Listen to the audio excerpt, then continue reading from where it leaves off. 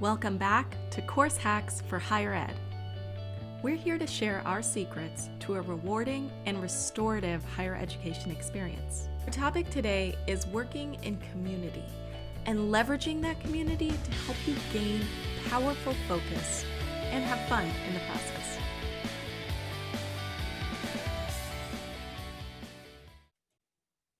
Awesome. Welcome back, everyone, to Course Hacks Higher Ed Take 2, Course Hack number 2. We're talking today about community and leveraging community to just amp up your learning and your strategy for succeeding in your college courses. So I think this is an incredible technique for really making courses just go beyond what you're learning to actually being a positive, restorative experience. And I've used collaborating in my scientific practice and my research. I love collaborations with my students, with my mentees, with my peers. But also beyond that, I've been incorporating co-writing into my practice. So actually getting on Zoom, we're not writing on the same document per se, but we're all writing at the same time.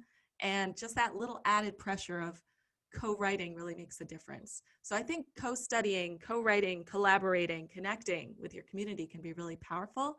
And I'm really curious to hear what others have to think about this. I've invited Dr. Brian Dewsbury, Associate Professor of the Department of Biological Sciences, the University of Rhode Island, and Assistant Dean Michelle Fonts, Dean of Diversity, Recruitment, and Retention in the College of the Environment and Life Sciences. Welcome to you both. Thank you for joining me.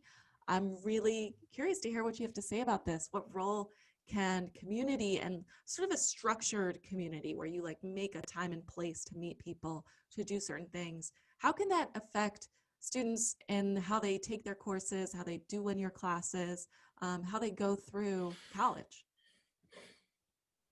Hi, everyone. I'm just, when I think about community, I don't think it's just about education. I think it's a very important piece of it, but I also think that I have had the pleasure of talking to students that really have helped me to understand better how powerful that is, because I remember in college, I didn't really do it much. I did kind of stay on my own studying, and now I'm learning from students. There's a lot to just coming together and talking about things and being a community that shares the same interests.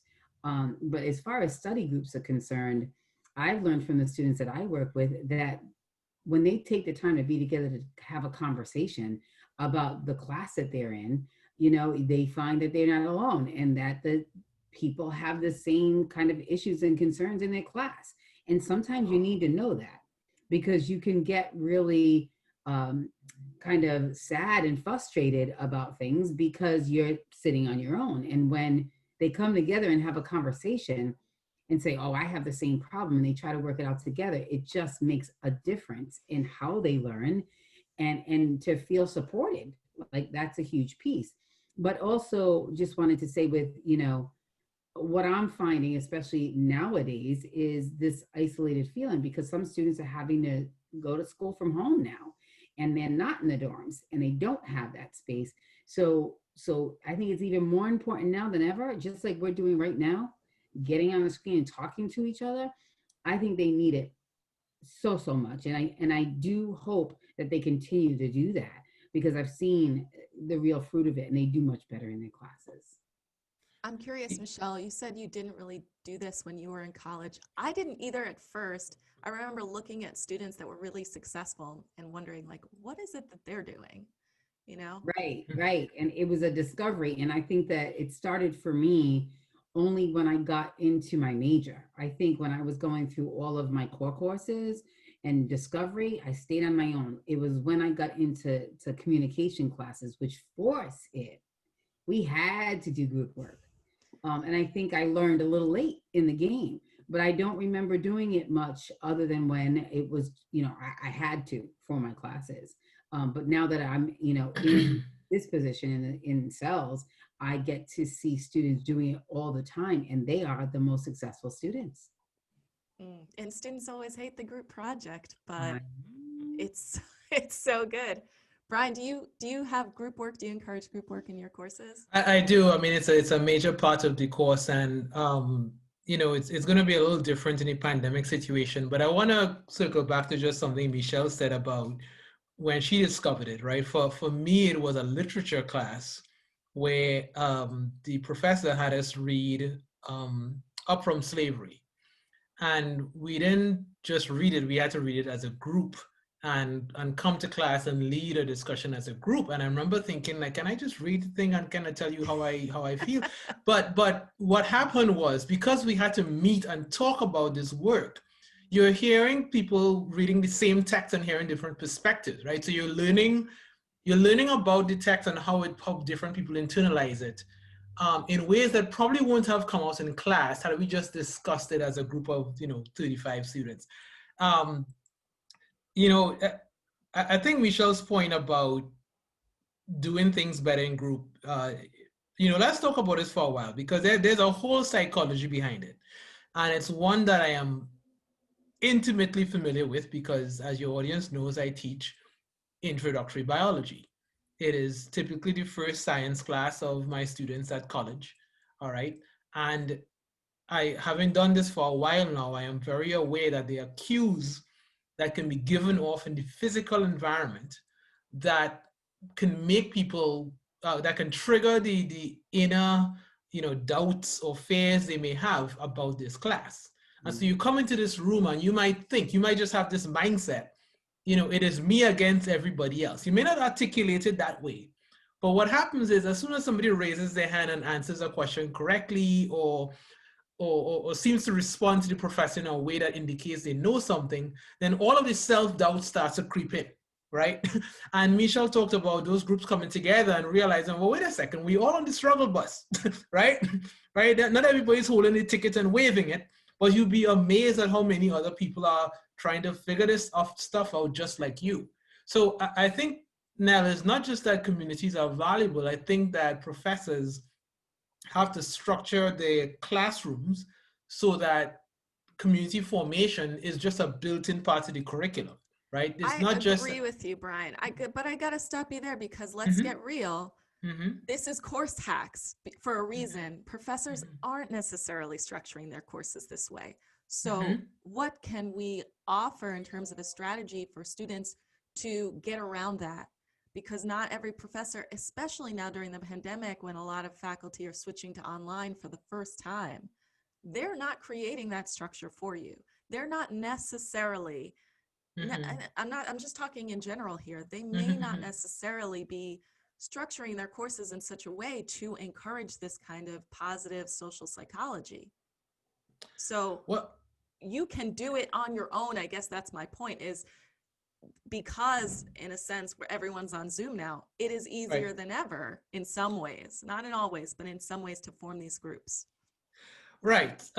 Well, yes and no, and it depends on what you mean by groups. So as you could tell, perhaps I'm harsher on the establishment than I am on the students, right? So I'm always pushing myself, my colleagues, us, who have the power and privilege to do a better job. So, yeah, absolutely. It is course hacks, and I'm here with advice, but part of that advice is for us to some extent. And to your question about forming groups and community, well, the question has to be then, who is your community? And that is a context-specific question.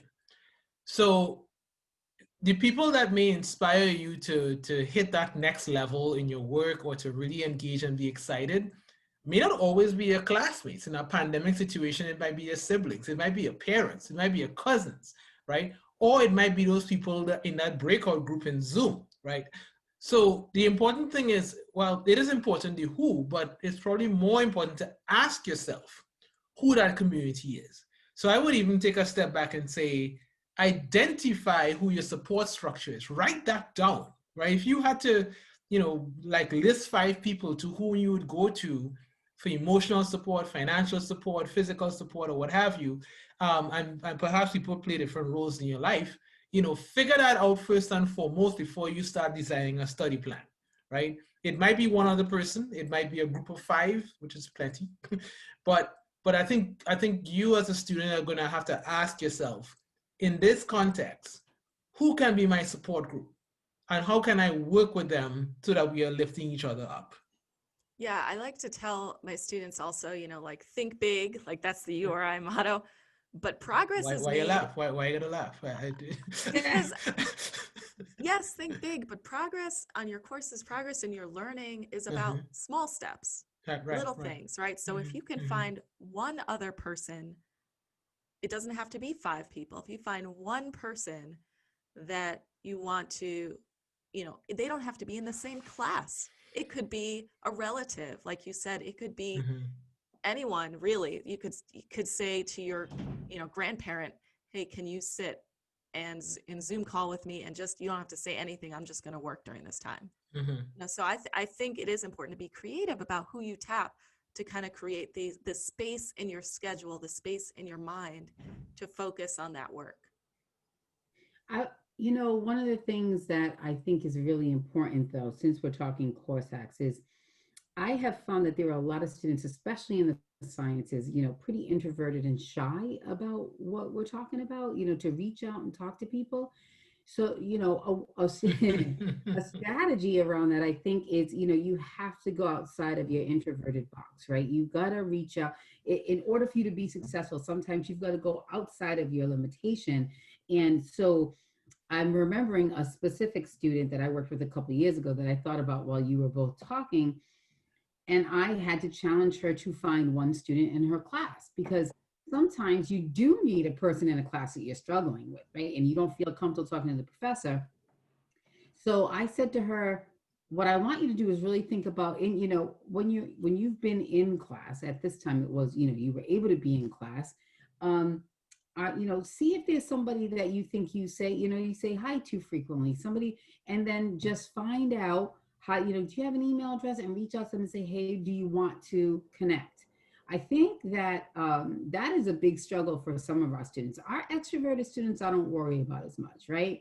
Our Naomi's, they'll go ahead and they'll do it.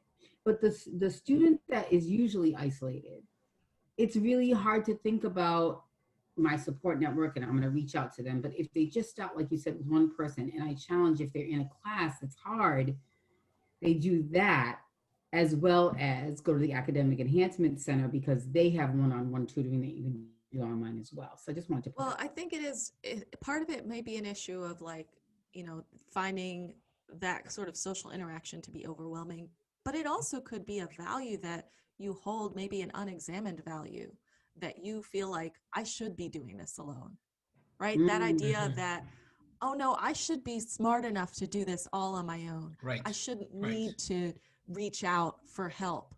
And right, I think that that is a cultural attitude that is very hard to let go of.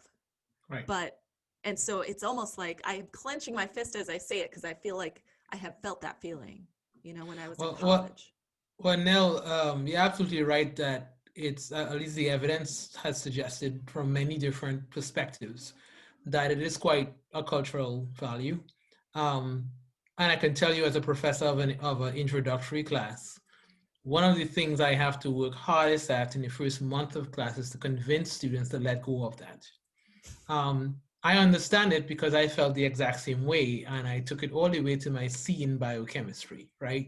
And this idea that the act and process of asking for help or going to tutoring or going to get any kind of assistance is a sign of weakness.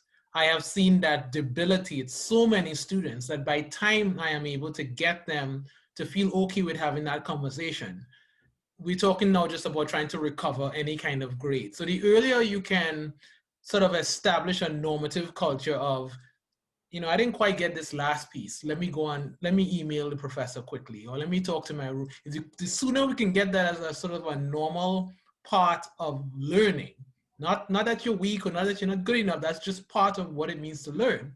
That I think sort of precedes your community question because you need to have that in order to feel comfortable to reach out and find that community. I'll just quickly add also that, and perhaps this is more relevant in pre-pandemic times, but on campuses like ours that are large and have so many different kinds of affinity groups, cultural groups, student groups, um, sometimes the process is finding the community within which you feel safest, most comfortable, most alive or whatever. And then within there, right, you'll find that study partner, right? Within there, you'll find the people with whom you connect and kind of challenge each other. So I know Michelle helps run one of those, and there's hundreds of others. But I think my overall point here is that the community question is a larger question of belonging. And as a course hack, I mean, I know it's a course hack, but I think the hack here is when you go into these spaces, i.e. a large university or college, it doesn't even have to be large, you are actually asking yourself, what are the things I need to do to belong, without perhaps even verbalizing that, right? And then once you've answered that question, then you get to the more specific thing. Oh, let's go study together. Oh, I have a calc test. You have a history test. Let's meet up in the library, kind of thing. And I don't think those two things can be disconnected. No, I agree with you. I think to me, in my mind, the shortcut to belonging is this is creating the opportunities to connect with people. And since we are mostly virtual, even if, you know, some of your courses are in person, maybe the studying part might be virtually done to connect. So that's why I think it's a course hack, but I do think that I don't want it to seem surface, because these are really deep questions that you're asking yourself. What is my community? How do I define that? You know, the different micro communities that we're a part of, and do I belong? These are big, deep questions. And I mean, it's so important to feel like you belong. Oh, by the way, you do belong, just in case we didn't answer that question, you do belong. Of course, just to be clear, we're clear on that. These attitudes can get in your way too. If you start feeling that, it can actually affect, you know, how, if you're not finding it fun, you're not going to want to do it, right? Well, no, I'm glad you said that, because one of the things I just thought about is I do have experiences with students that I've challenged. You got to go and talk to your advisor, or you got to go talk to your professor. And the hardest part is when they come back to me and say how it didn't work out. One particular student left crying. So not always your first outreach is the best. And I challenge folks to realize that sometimes you're not going to find that person right away, because, you know, once you get up, you know, that's the hardest part of this, is once you get up there, you know, you're like, all right, I'm motivated, I'm going to do it. And then you go somewhere that makes you feel worse. Yeah, that's a challenge. So to overcome that challenge, I need to say, when you go into a meeting with anyone and it doesn't feel right, that's okay. You had that experience. Now move on and get someone else that makes you feel good about it. Because unfortunately, not everybody is as student-centered as they should. I'll say it politically correct. Right? So I think that's an important thing for us to note, because if people are going to attempt it and say, all right, this is going to be something that you got to realize, sometimes it's not the first person. Sometimes it's not. And go see Michelle also. And I'm here. Make her your first person. That's right. Yeah. Awesome. Well, I think that is a good amount of time in terms of talking about this. I want to thank you guys. I do want to leave off with a thought that this kind of has far-reaching implications for other things we're going to talk about in future weeks. You know, who's in your community? Do you count your professor as part of your community, right? Will you reach out to them? Will you go to office hours? You know, I think that if you start digging deep on this topic, you realize that it does touch on a lot of other topics. So hopefully we can get into that more next week and the week after. And I hope you guys will come back and learn our other course hacks. It's been great to talk to you guys. Stay safe, everybody. Yes, take care. Bye-bye. Bye.